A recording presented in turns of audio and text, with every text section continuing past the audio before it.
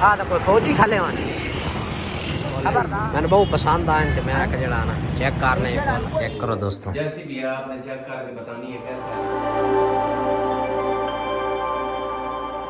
बिस्मिल्लाहिर्रहमानिर्रहीम अस्सलाम वालेकुम दोस्तों की हाल है। उम्मीद करना तुम ठीक हो सो तो तुम वेख रहे हो यूट्यूब चैनल साबिर दे संग।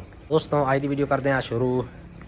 दोस्तों आज मैं जा रहे हैं सरगोदे छोटे जिहा काम में सरगोदे जा रहे हैं। दोस्तों मैं इथों निकल गया थे और मैं जा रहा सीधा सरगोदे। अल्लाह पाक खैर करे खैर न लपन मंगा।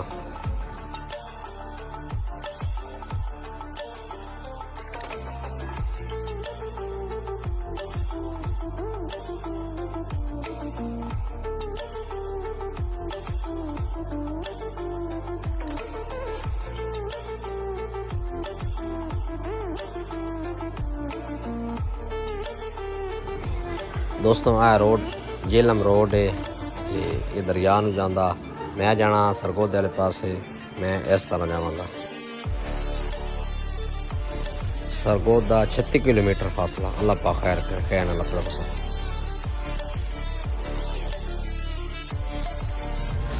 हाँ मेन रोड सहीवाल सरगोदा।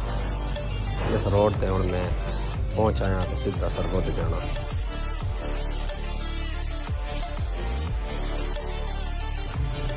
चावे वाला लेकिन बिल्कुल मैं गुजर रहा हूँ।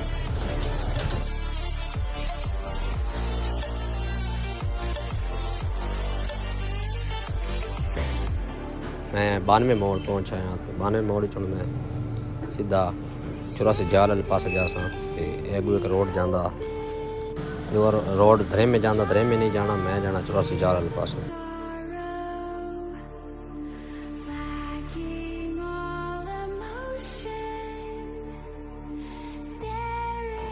85 जाल है तो मैं नहर दी परले पास लग सा।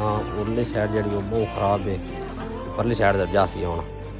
पानी चेक करो बहुत ज़्यादा तेज़ होंगे बहुत ज़्यादा तेज़ पानी है। इस साइड दर मैं जाना इस पासों मैं जाना। आ रोड बिल्कुल नवा बना बेहतरीन रोड है।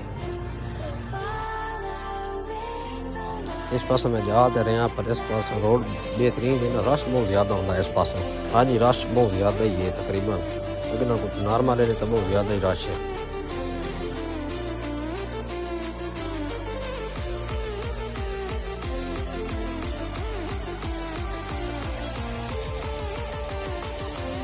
मैं सरगोदे शहर पहुँच आया।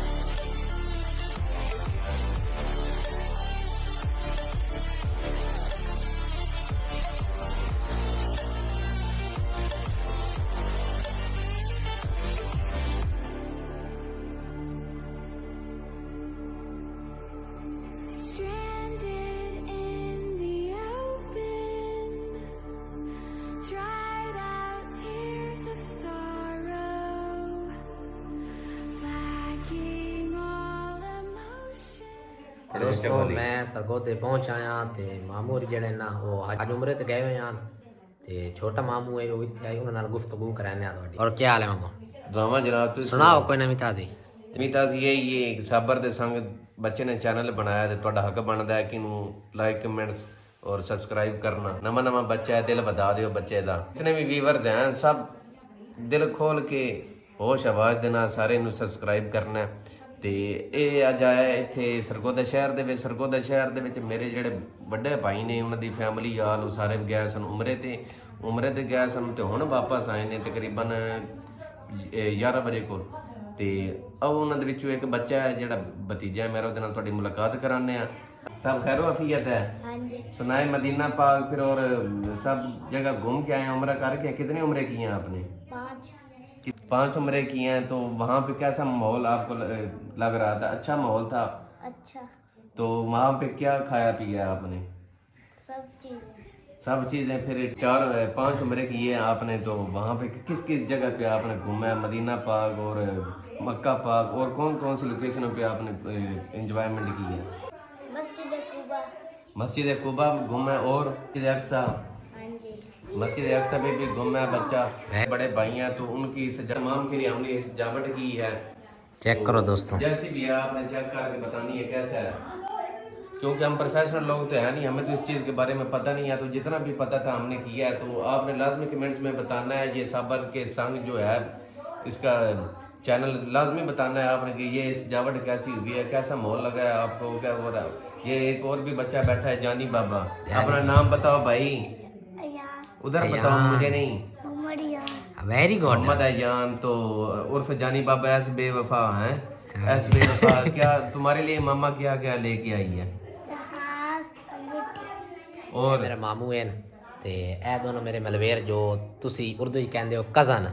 इस वीडियो करने आ दोस्तों ख़त्म ते हम सुबह मिलते हैं इंशाल्लाह। अल्लाह हाफिज़।